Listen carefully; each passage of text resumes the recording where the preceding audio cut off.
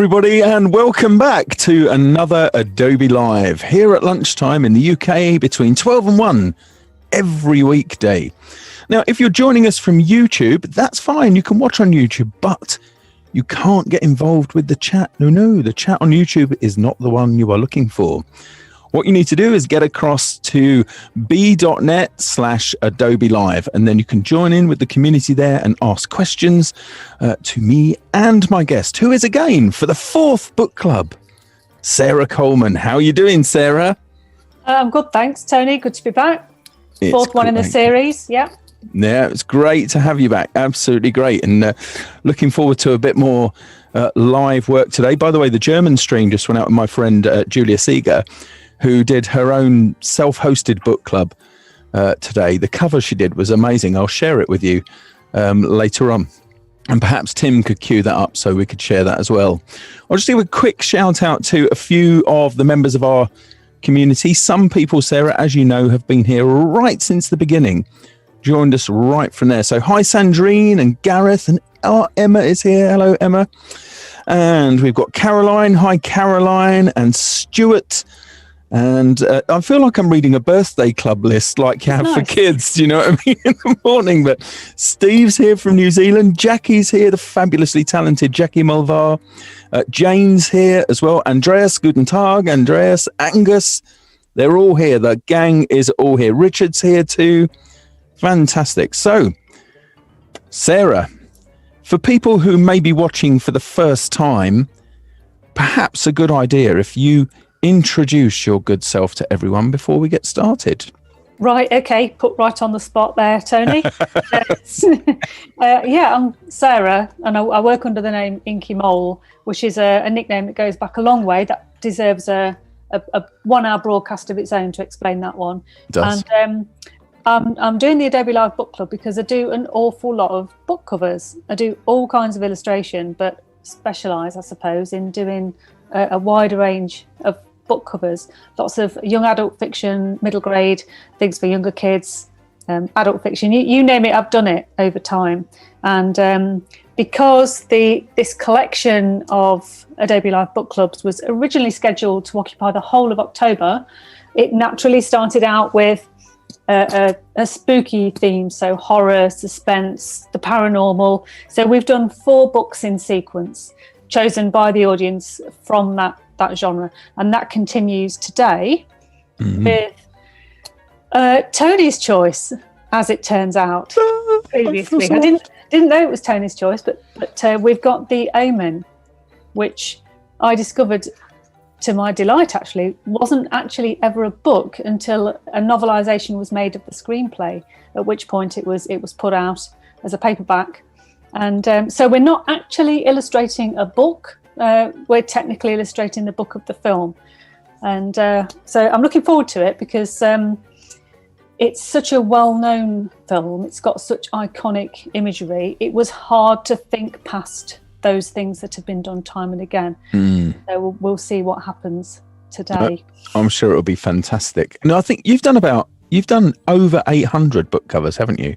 Just so people get an idea of the scale of your work. That's it. And that sounds like a ridiculous amount of covers, but the first point is I've been doing this a really long time. So I've been doing book covers for, I think my first one was sort of 25 years ago.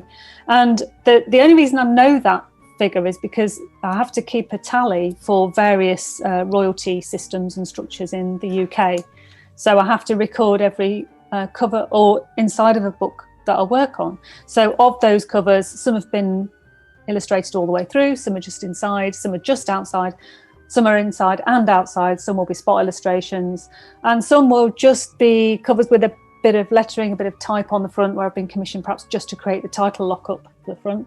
But yes, we're up over 800 titles now, and that seems like a crazy amount. I don't know what else I've been doing, quite frankly. How did I fit them all in?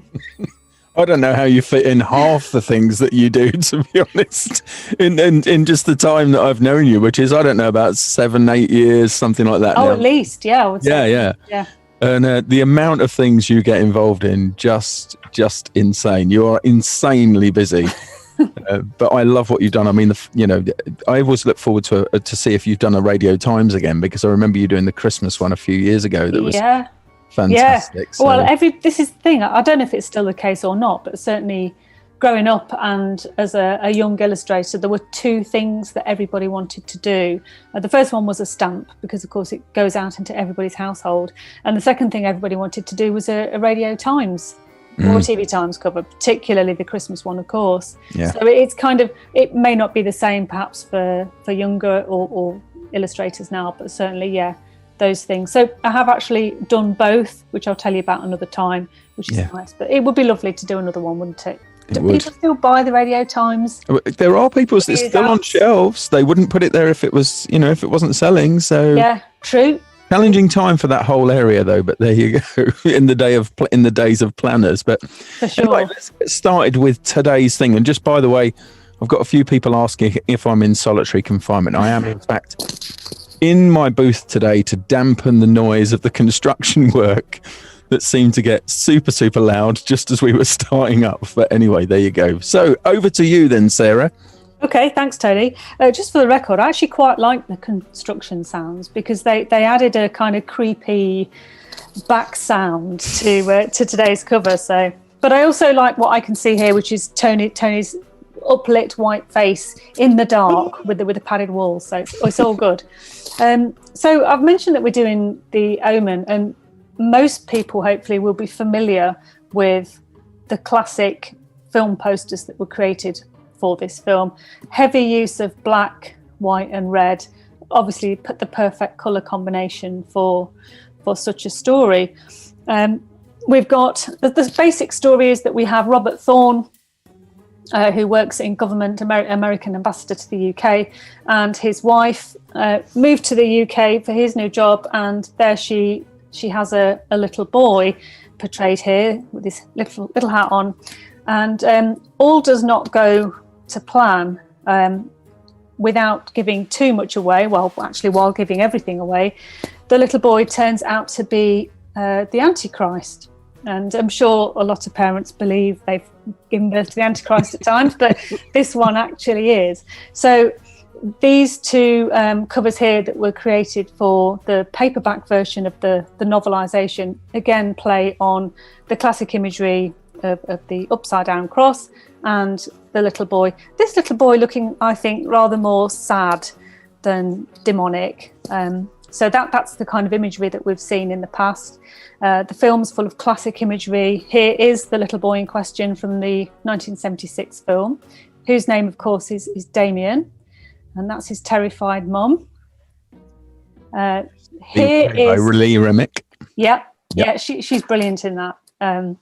And then we've got here is the still of the nun handing over the baby, which of course we later find out is not the ambassador's real baby. His own baby has been dispatched with and swapped with the Antichrist, so that the Antichrist can be given to these parents and raised as a normal human child. There he is again, just to give you some backdrop. Damien looking little bit. Yeah, that is one creepy kid. That's what we remember, isn't it? That is what we remember of this little boy with his amazing shirt, actually. And then as a note to end on, here's what he looks like today. Wow. Yeah. So there we go. So there's the history of the film. So quite a tall order in terms of coming up with, if this was a book and if I was tasked with creating this cover, how would I do it? So I immediately put aside, it's not going to be a photographic cover because that's not what I do. It could have been a purely typographic cover because that is something I do. But what I did instead was, this is a style that I'm experimenting with at the minute. I went back to looking at evangelical woodcuts and imagery from the period when the Antichrist was a very real feature, a very real character in people's religious lives. So this kind of work here, where it would actually be a woodcut. So we start with a panel, which is then engraved to create these kind of shapes, and then inked over and a plate made of it. So it's more like a giant rubber stamp, this way of working. This one particularly appealed from 1545, we've got this look here. You can see how it's almost as if the image is reduced. It's taken out of the black rather than the other way round, if that makes sense. This one was inspirational for doing this cover. Here is the Antichrist himself. There it is up there with these lovely sort of wobbly borders, almost a sort of flat look to everything. The perspective is there, but it's not perfect. He has a halo here, but again, it's kind of in a very flat sort of theatrical looking style. Here is a woodcutter at work, just to show you how he would be hunched near the window because he's got no artificial light. And again, you can see how the textures and the colours are made purely with a series of marks. So it's and direction. Like beautiful. Operating almost like a giant rubber stamp. So that's the kind of look we're going for. And this one, completely charming, much cruder, but I think a lot more fun with the sort of slightly wonky eyes and the barely formed mouth. And again, it looks like he's made of several layers of cardboard, kind of working like a puppet. So that's some of the inspirations for how I thought I might tackle this cover. And so today there is a lot of drawing going on. Okay. So we're going to see if I can actually do it in an hour. If not, we have things we can do to speed the process up. So let's. And you show these on Discord afterwards, don't you? On our Discord. Yes, I think, yes, that's right. Perfect. And then you will be able to see the finished cover, however that looks, for better or for worse, on all my social media afterwards. I'll always paste the finished cover. So I'm starting here with an antique paper, which I'm going to blow up for you to see. This is a scan of an actual sheet of paper with all of the imperfections in and all of the texture. I might still change the colour of that, but at the moment, that's the kind of texture I want for this. Now, you'll see that because it's a book cover, it will usually have a spine and a back, but I'm working on just the front here. And that top layer there shows you the crop. So where the white starts, that will bleed off, and everything within the frame is the actual cover itself. That's important because if this book was actually going to press, everything behind here would be cut off. It would be trimmed or folded around the book. But because we've only got an hour today, I'm just doing the front of this book. Sure. So as you can see that. I'll just tell you a couple of things while we're going on there, because Gareth Hanks has mentioned in the chat, there's actually a documentary about the Omen films. Oh, it's called The Curse of the Omen. Of course it is. It had to be, didn't it? And Oliver is saying about he found a guy doing woodcutting prints on TikTok the other day, which is mesmerising. Oh, yeah. I bet you could tear yourself away. I wouldn't be able to. No. And people are still buying the Radio Times, by the way. So. Oh, well, that's nice to know. I'm pleased about that. Yeah, they tend to be mainly photographic covers these days, don't they? I mean, Christmas used to be the exception where you'd get something very highly illustrated, but I haven't seen a fully illustrated one in quite a while. You know, it's a rarity these days. I remember having one as my A-level graphics question was a Radio Times cover. I never got to do one beyond that exam. But Have you still got the artwork? Do you know, I might have somewhere. I mean, I did lose a whole load of artwork in the mid-90s. How come? Well, late 90s. Oh, it's a grim part of my life. We'll Is this another hour needs setting aside for this? Yeah, probably a bit more than that, and a few lawyers.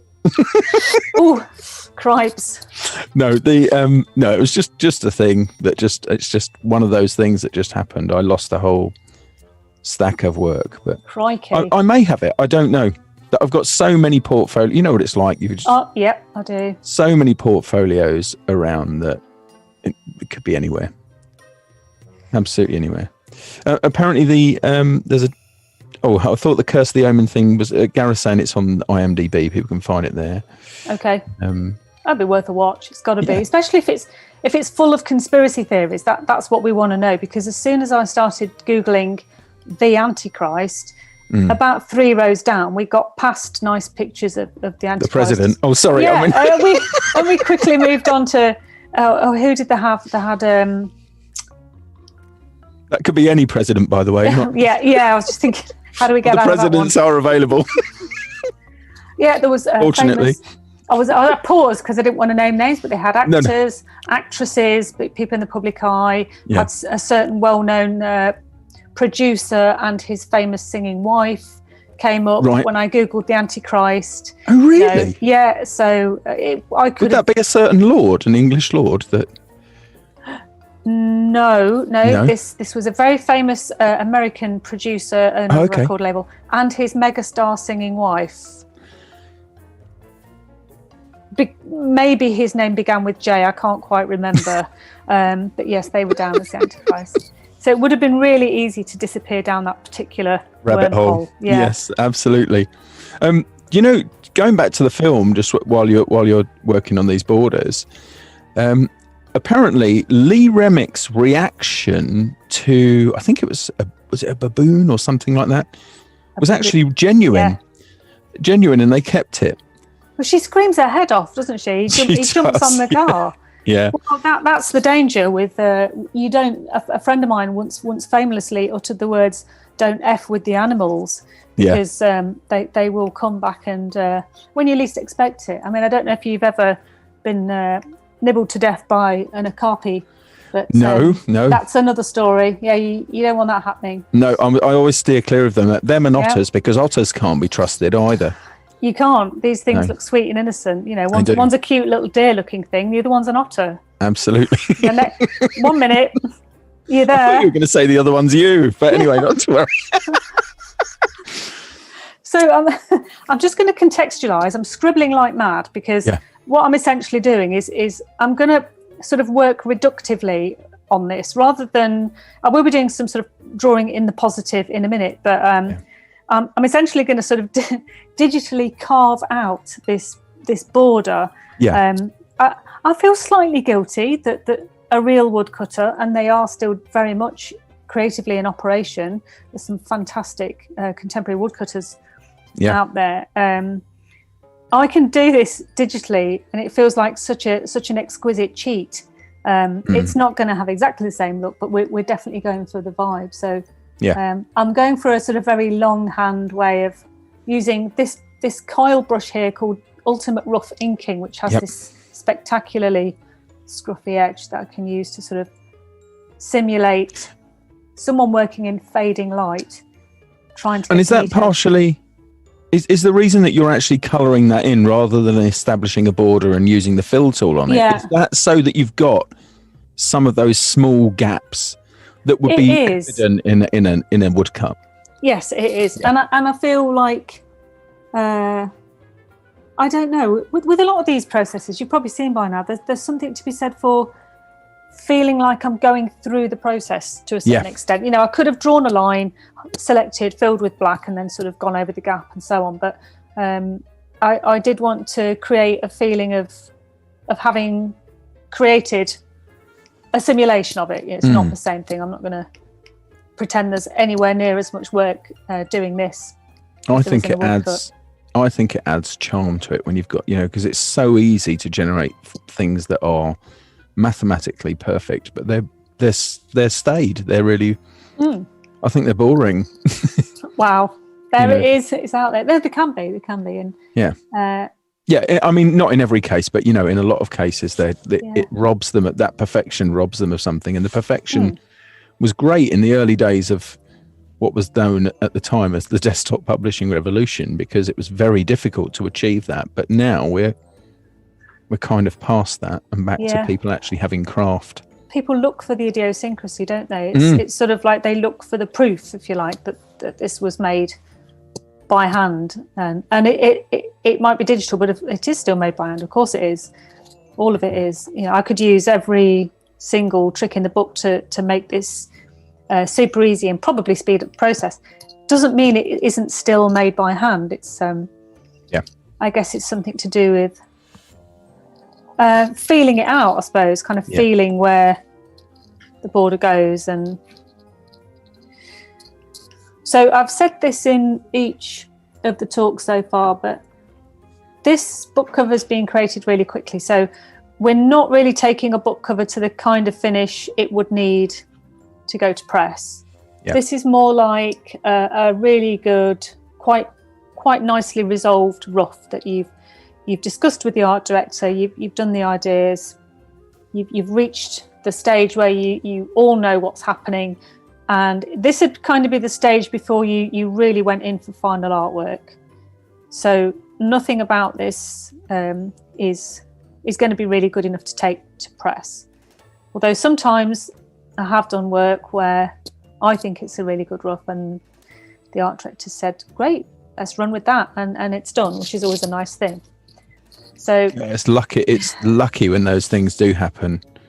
Yes, and you can never predict it, either. You never know. You send something off and be cringing till they come back to you, and other times you can send something off which you think is absolutely amazing and they're just not into it.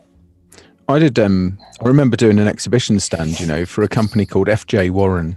They do a process called dufexing. I think they don't have a UK site anymore, I don't think. They used to have one in Hitchin in Hertfordshire. Yeah. But they were in Texas beyond that. But Peter Beardsley, who was their art director at the time, the guy I used to deal with, they asked me to, I'd done a couple of fairly successful exhibition things. I'd won an award for doing something for a fruit machine company at Olympia, and they were keen on me doing their stand, and I took them some marker roughs in of the stand. So I'd built a scale thing of it, and really they were only boards. It wasn't a complex stand. Yeah. But took that in, and he said, could you reproduce these at size? But do it, it didn't want them photographically done. He wanted to we need to redraw them onto the surface. And I said, well, I could have a good go. But the ultimate answer was yeah. So I had to buy a load of extra panels, just, because mistakes happen. And then I had to build a rig inside my studio where they were pinned against the wall. And because I couldn't draw at that size with a marker, I got a Transorb, which is like a sort of a felt tampon that you soak in the ink and then you move it around. And I redrew the whole lot. My thumbnails at that size. That was a happy accident, but it had repercussions because it was really that's hard. Amazing though. It's lovely that they want. There was obviously a lot of energy in the original piece, and they wanted that energy retained. Yeah. I mean that meant a lot of longhand effort for you, but it did work though. It really stood out. It was very, very different, and it was just in grayscales as well. It wasn't, So even more like the pencil sketch. Yeah. Well, I mean, it was pencil and marker, so it was, it was rapid marker sketching. So yeah, it did have a lot of those characteristics. But man, that was hard work. I bet it was to get it quite physically demanding. Yeah, it was, because they're 8 feet high. Yeah, that's what I was thinking. And you can't just start at the bottom, use the top 5 feet. You've got to use the whole thing. I love how this is shaping up, on here. Well, actually, I thank you, Tony. I'm glad. I do need to put something to the viewers. Right from the beginning, I've had this problem with my Wacom tablet. Can you see where it's putting a blob here at the end of a stroke? Yeah. I've tried everything to get rid of it. I've replaced nibs. I've changed the settings. I've deleted the software, put it back in, and I'm still getting this unexpected little. Have you tuned your pressure sensitivity recently? Have you done that? So in the settings where you've got a curves graph.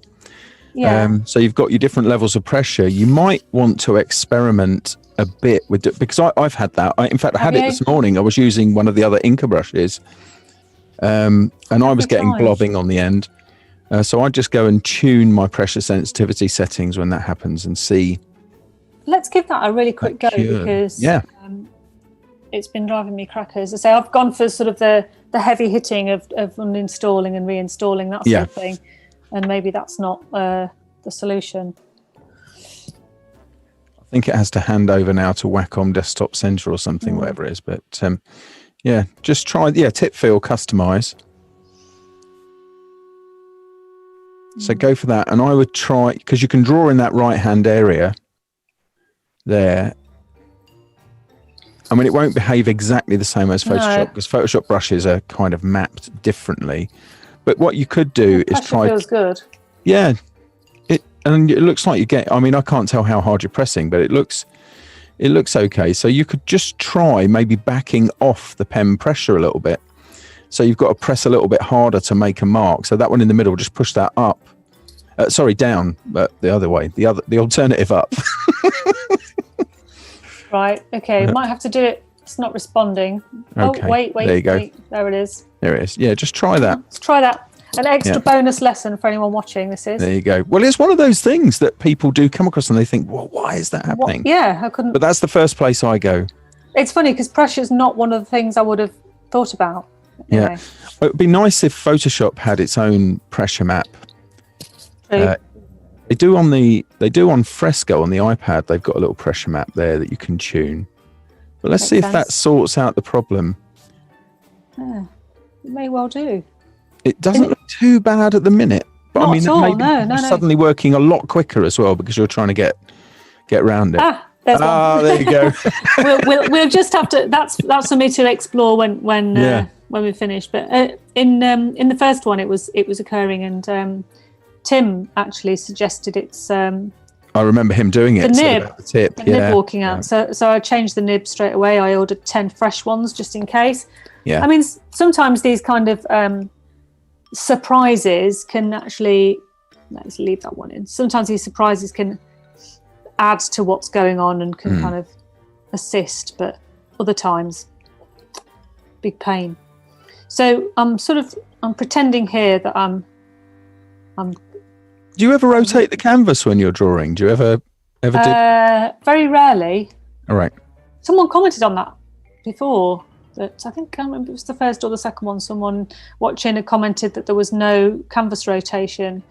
Of course, when I'm working with pen and paper, the canvas is never straight. It's always almost 45, sometimes 90 degrees, depending on what I'm doing. It's sort of practically upside down sometimes. So that moves all the time. But weirdly, working digital, it doesn't work the same way. Yeah, no, I can't go without. Even though I can, so my Cintiq is on an arm. It's on an arm, so I can change the level of the thing, so I can work standing up if I want to. And even though I can twist that around, I still don't actually do that because that's almost like moving your desk. It's so much easier just to hold down R, rotate the canvas a bit, and work that way. I wonder if that's it. I wonder if there's a sort of, because I mean, this is really useful being able to do this. Yeah. But then you've got to remember to put it back, and I don't know. It kind of messes with my muscle memory a bit, I suppose. Yeah. So let's see. So I'm going to start by build in some icons that we're going to build out this frame with, so that we get that sort of busy woodcut appearance. So I'm going to we're going to have Damien the baby's toys filling this frame, and some of the characters from the book, hopefully. Ooh, dark. Filling the frame. Let's see how this is proper seat of the pants stuff. So we have a teddy.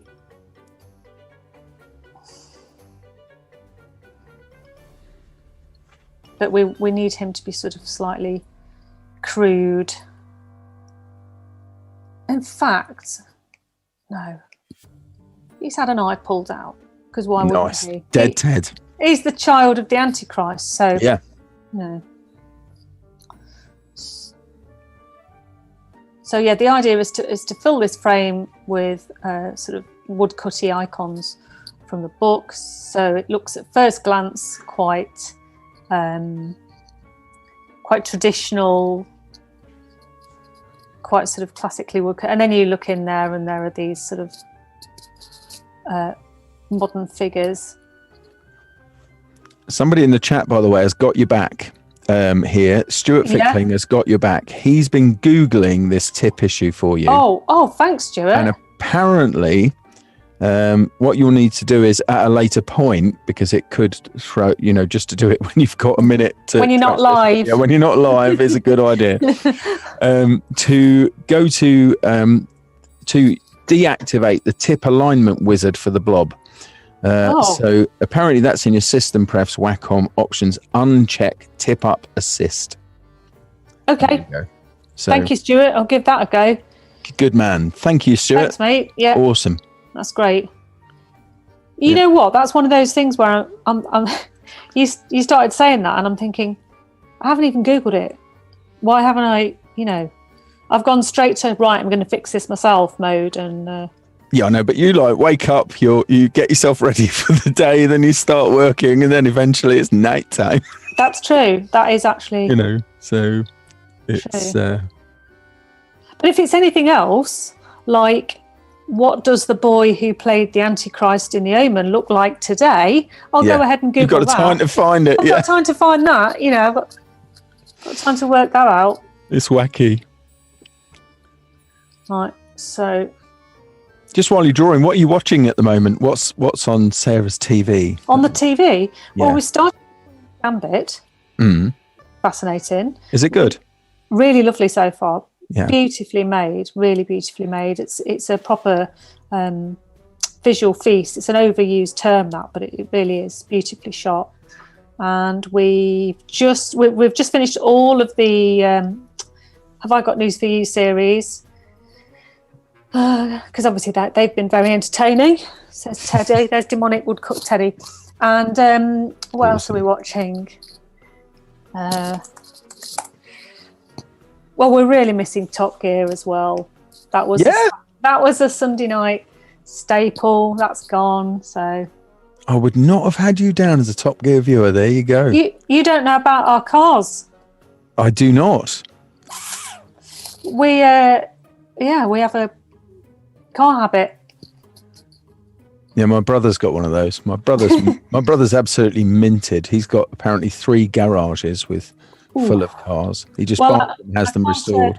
I can't lay claim to the minted bit, but certainly the If you go to Instagram, you go to Inkymole's Motors, you will see our car collection. I know about this. Yeah, we do track days, we do drag strips. Well, when they're open, we do. Do you ever do Santa Pod? Oh yeah, done Santa Pod. Yeah, so you'll see the vehicles, but you'll also see cheesy shots of us in helmets and posing by cars and whatever else. Fantastic. There you go. I mean, this year we have. I don't know if anything's gone on at Santa Pod this year, but we, for the last few years, we do a little bit of volunteering for Leonard Cheshire, and we take a couple of residents from the home that we volunteer at, and we take them out to Santa Pod. One of them used to race there.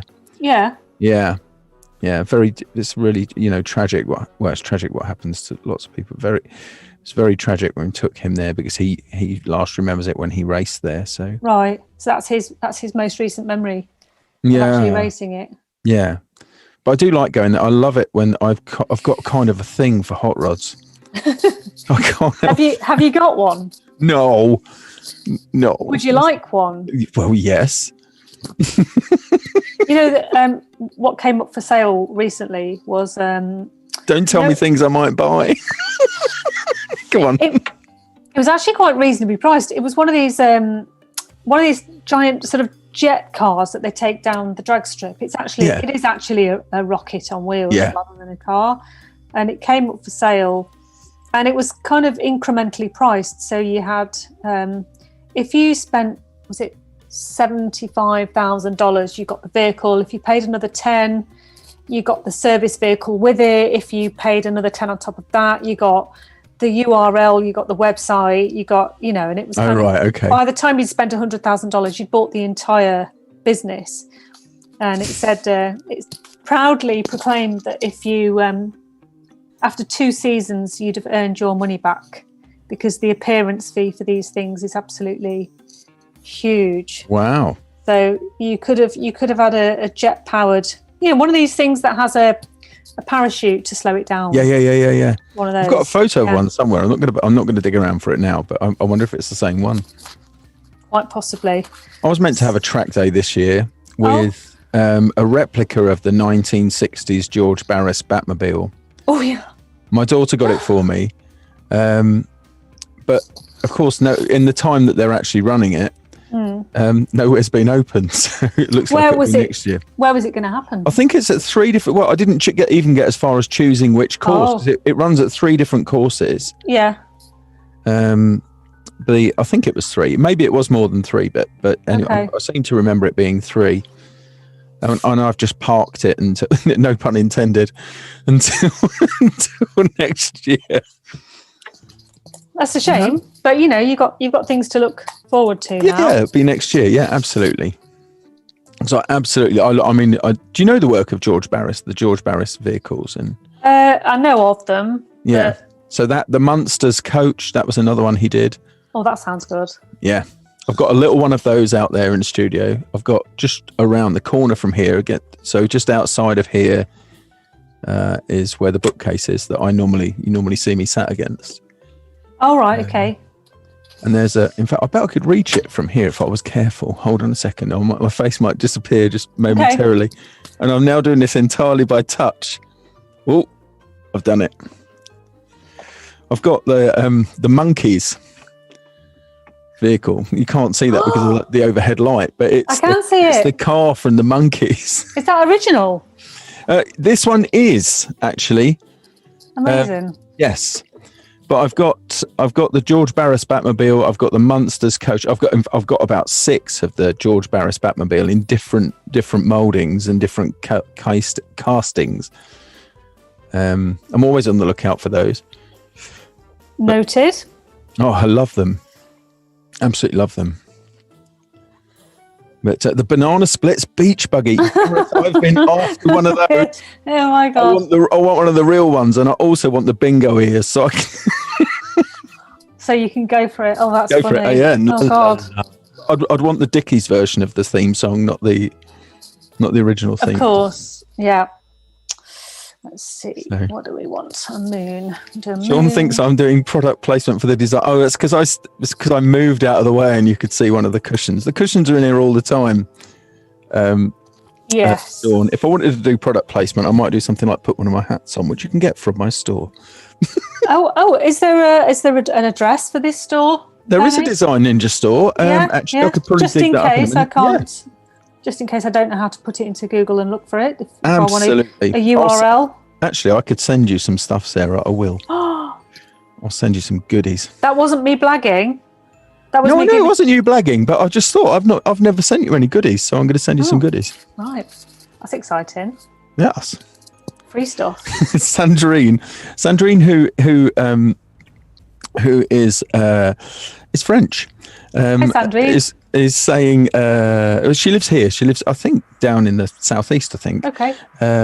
Fantastic photographs and stuff that Sandrine makes. Imaginary. She's just saying, you guys are losing me here. I have no idea what you're talking about because, of course, I don't think Banana Splits and HR Puff and stuff and all that business was shown in France. Probably not. And Sean wants to know what blagging is. Blagging is kind of hinting that you'd like a freebie, but Sarah doesn't need to hint if she wants to. She could just have some anyway, so there you go. It did, it's an interesting question actually, because blagging is definitely it's a British word, isn't it? Blagging. It is, to blag. It's definitely not known outside of the UK to blag. It would be like me, exactly what I did, in fact. Yeah, blagged it would be like, oh, Tony, you've got a shop. I didn't know about that. Yep. My head's cold. Do you, that would be blagging. And Sandrine's confirming they weren't shown on Saturday. And Catherine is mentioning the Pink Panther car. Yes, we remember that one. Yes. If you go to Inkymole's Motors, you'll get the chance to see my pink car. We've got a very pink car. Wow. Which may or may not. One of my daughters would be on for me to buy that off you. It's not going to happen.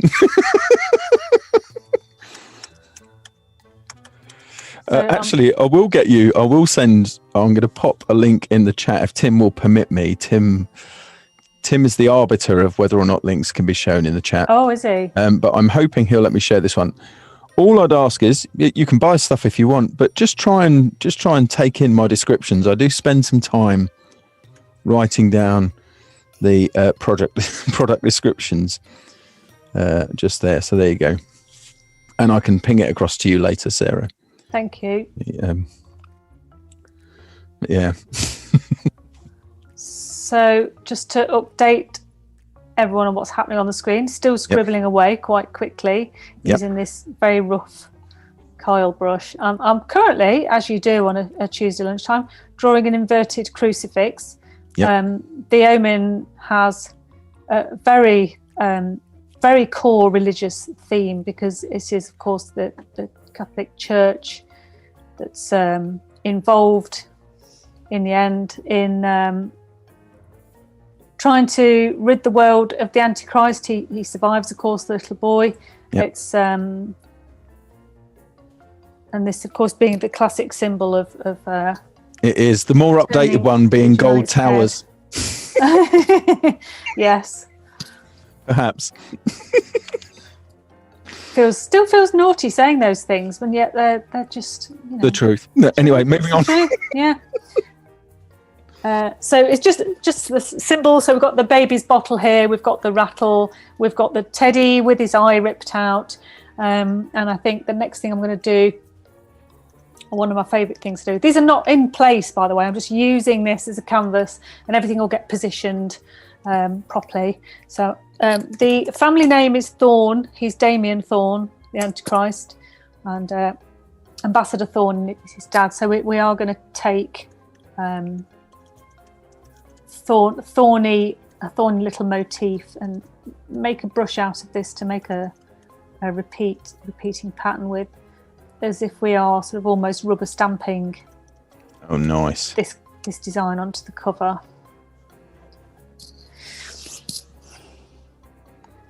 Other vehicles that have been mentioned. This one's from the two-dimensional realm, however, is Lady Penelope's car from Wacky Races. Yeah.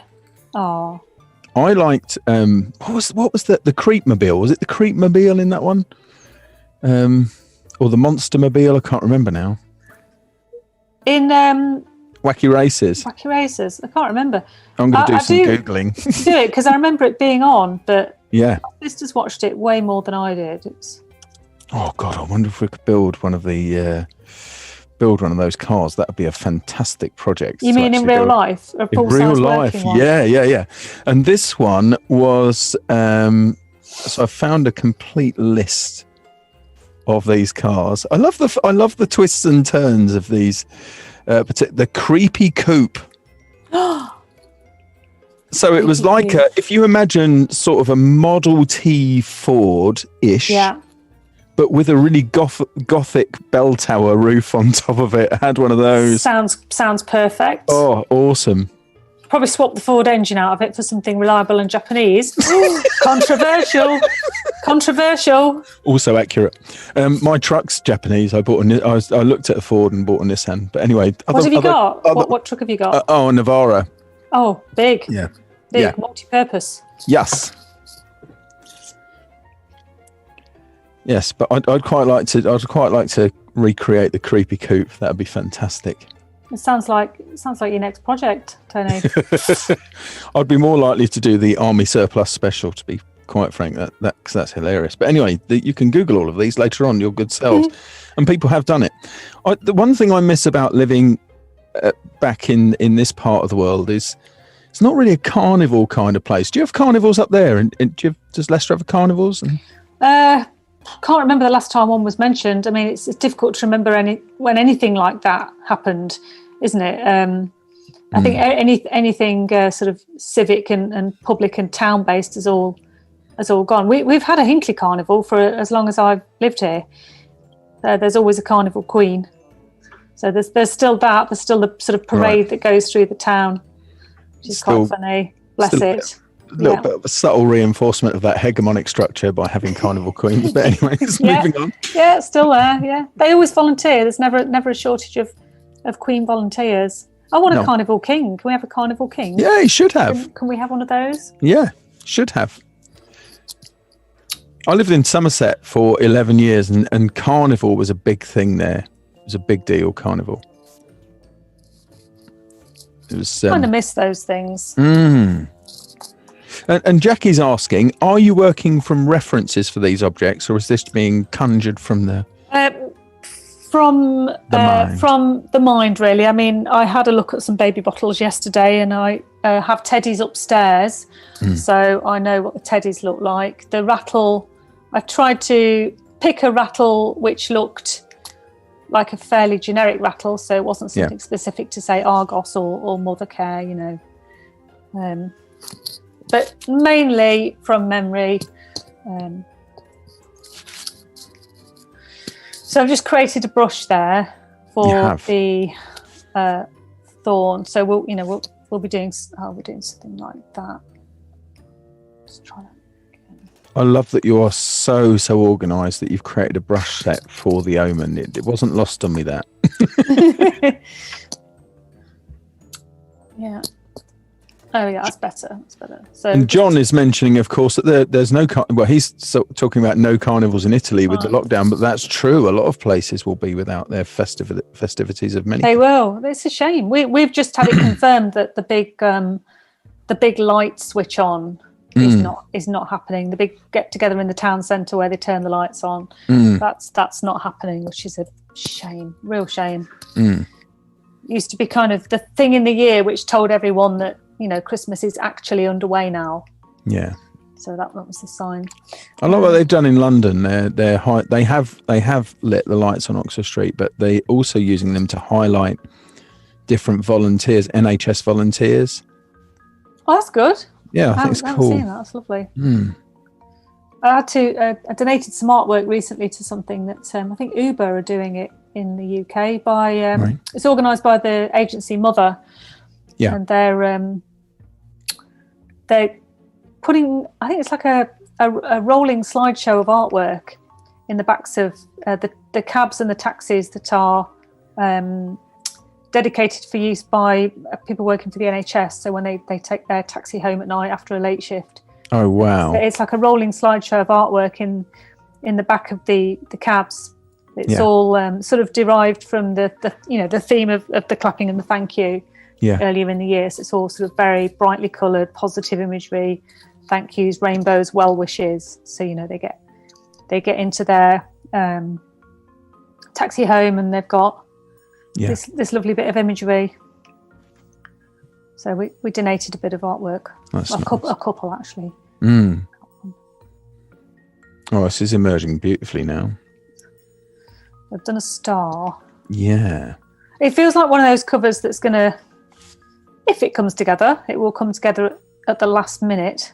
Yeah. Kind of things are not being drawn where they're going to end up. They're just being drawn and then we will assemble them as like a cast of characters. And just so you know, we've got about 10 minutes of natural time left, but we have got a little wiggle room for overrun, which is, but I mean, the main thing. I tell you what, Tony, that has gone really fast. It has. It's gone so fast. It goes fast when you're enjoying yourself as well. But I mean, I know we've had lots of things where we've been chatting, but part of the thing with this is people just like seeing you do your work and they enjoy the chat. We've got people answering questions about wacky races now and the great everybody learns something, don't they? So. And they find links for other people. That really is a community when you've got people helping out like that. All good. So baking pentagrams into hot cross buns. That is perfect. That is exactly what we should be doing. Yeah. When we're trying to do a cover for the Omen. Great. Yes. Right, so let's have a start. So I might need to start bringing in some of the here's one I made earlier. Pre-baked, yes. Yep. Tried to avoid that scenario wherever possible, but I know, but it's a big ask, right? In an hour. It is. And so not just, if we left you alone and said, right, okay, what we're going to do now is just have some music while Sarah works, then then maybe, but not when we're having a bit of a chat as well. So okay, so what I'm going to do is I'm going to get rid of this bit of frame, and I'm going to go for a blatant copy and paste because we can. I'm going to take the bit of frame that's been done.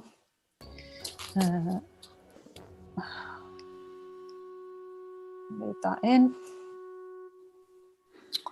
And again, you'll notice, as with all of these jobs,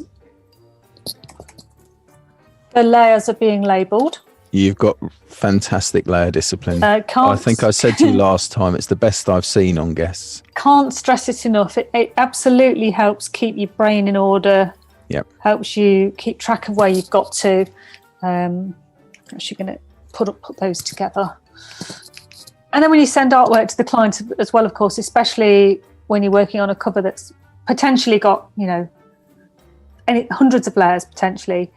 So if your client has to go in and alter something that he or she doesn't want to bother you with because it'll take her 2 minutes, but she doesn't want to bother you with it, then it really helps because he or she can go straight to that that piece. So, okay. So we have a joined up frame. I'm just kind of going to look.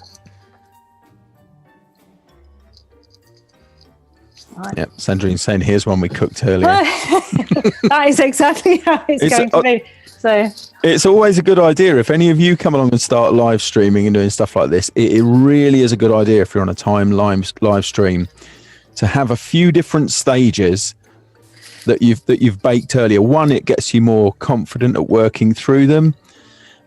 Two, should you get to the point where you think, oh, I've only got 10 minutes left. Yeah, because you get ideas above your station as well. You kind of get, the first one was very sort of reserved and I'm not going to plan in too much, and then as you get more confident, you kind of, I can fit that in. That's not a problem. So now we have I've put Mrs. Thorne, the ambassador's wife. She is on this side. Oops, got that wrong. She's on this side of the frame. And then we have Mr. Thorne here, looking weird, a little bit Gregory Peck-like. Yeah, very much so, I think. He's on this side of the frame of the woodcut. And again, I'm going to delete the area behind him so that... Has that worked? I think I just saw it mentioned a moment ago about using the same brush as an eraser. So when you're drawing with a particular brush, turning it into an eraser. Yeah. And you can do that really easily, actually, by switching to the clear blend mode. Which when you've got a brush active, and I think off the top of my head, because I've got 101 things rolling around in there at the moment, I think it's Shift Option R to switch to the clear blend mode. I'm tempted to actually launch Photoshop. And then any brush will operate as an eraser. Almost any brush will operate as an eraser. Because of course not all of Kyle's brushes will. But the clear blend mode is a different instruction. So the clear blend mode actually processes the result rather than the function of the brush. Very good. See, it's another one of those perfect sessions where... Tiny nuggets. A Tony nugget. Tony nugget. All right, so now we're going to put the moon in. And again, delete. And remember, the clear blend mode, by the way, only works on a layer. It doesn't work on a background. So that's an important... okay. So...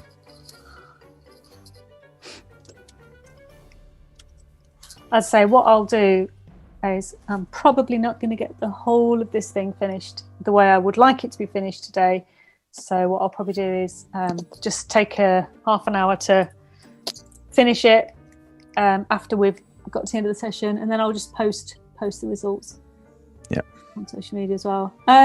If I send it to you, I guess you can share it as well, theoretically, can't you? So, absolutely. Because we're not going to get all the way to the end. I think also, and I think Sean mentioned this, also holding down the tilde key, if your keyboard has a tilde key or back it does key, holding down that will switch it to an eraser mode. I'm not sure if it uses exactly the same brush dynamics though, but it may do. Wait, that worked. I'm just trying his tip. Hang on, let's do it. Right, let's go for Teddy. Right. Yep. Right, brush, tilde key. It works. There you are. Whose tip was that? Sean's, I think. Thanks, Sean. Trying to find it. That's amazing. In here. That is brilliant. I'm really overwhelmingly pleased with that. I'm pretty sure it was Sean. And of course, one of the things that I find great about the 2021 release, by the way, is that search field, which is so many people have wanted for so long. In the brushes. In the brushes. Oh my word. Yeah. Really valuable.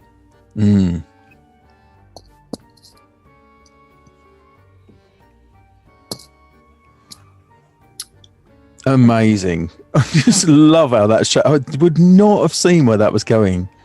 So good.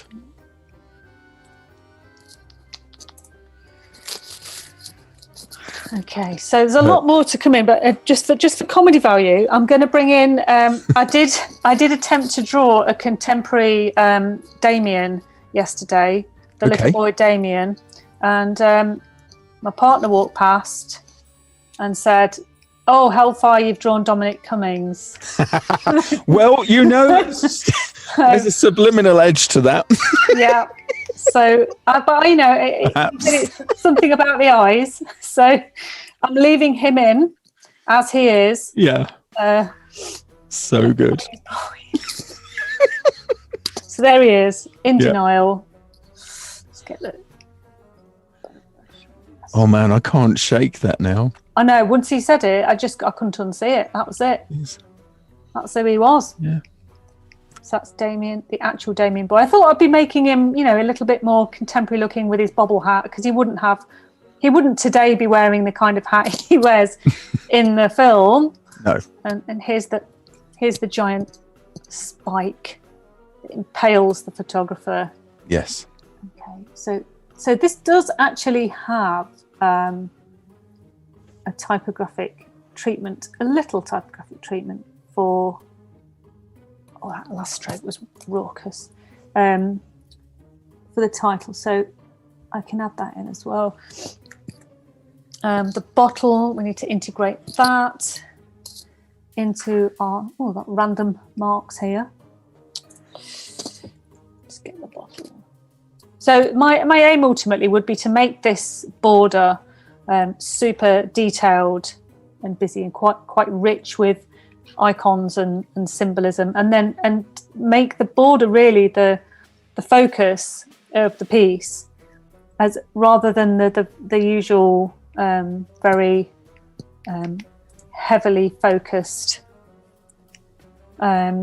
title or boy. Obviously we have got the little boy here, Damien stroke Dominic there. So good.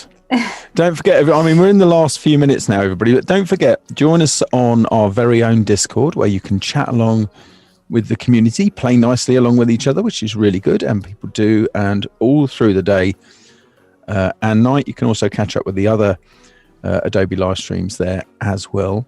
You can see this, and if you're doing your own book club, why not pop your own book covers in there, and so everybody can have a look. So people are doing their own versions, are they? No, but I'm just saying that they should do their own, and I think it would serve a double purpose. One, it shows how you interpret a text. Two, it gives people food for reading, really. Suggests something that they might want to read. I'm doing a book club on here shortly. What are you doing? In a little while. What book? I haven't decided yet, but I'm doing one on my own. That's the hard bit, deciding what to do. Honestly, it's really hard. Because the first three, I decided before the end of the session what the book was going to be. But for this one, I thought I'd decide by the time we come back in 2 weeks' time. And of course, Saturday night, Sunday morning, I'm still stewing over which one it's going to be, and that's only because I have the time. If I hadn't had the time, I would not be, I wouldn't have been faffing about like that. So, I'd like to see more of these with you, Sarah. I really would. I'm hoping that we can get some more into the schedule sometime soon. That would be really great. It's been mooted. It's been mooted. I think a discussion has commenced. Good. This is good. Okay. So I think you can see how this is going to be shaping up. We've got here's one I made earlier in a practice run, because I do practice, of course. Yep. Where is it? All professionals do. It's the best way. we have, this is the way, and I will finish this off properly. Yeah. If I hide Teddy and Battle, hide these elements for now. So there's the beginnings of the letter O we're going to have. And then, illuminated cap. Nice. Yeah. Or de-illuminated, maybe. Ooh, controversial. Oh, yeah. They had the light drained from it. Yeah. Yeah. I like that. And then in contrast, a deliberate contrast to the kind of titling we would have seen before, a very, very simple. Yeah. Get this. So my fingers are not hitting the right keys. Hang on. There we go. So a very underplayed title in the middle. And then, of course, what I will be doing after that is going for the thorn border and kind of creating a, kind of going down like this. Yeah. And sort of rubber stamping down the side. Whoops. And so on. Yeah. Not quite exactly correct every time, because of course it wouldn't be. No. And then also I will be using my Star of Doom in there as well. Oh, it would have been nice if we could have got a bit of reverb on that then, Tim. Doom, doom, doom. Doom. Doom. Doom. Star of Doom. And like it. So on.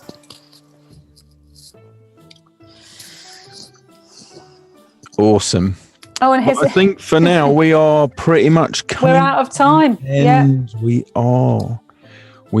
So many people have really, really enjoyed this, and there's lots of chat going on about all different. This is the great thing about creative people. There's all different directions here, which is really lovely.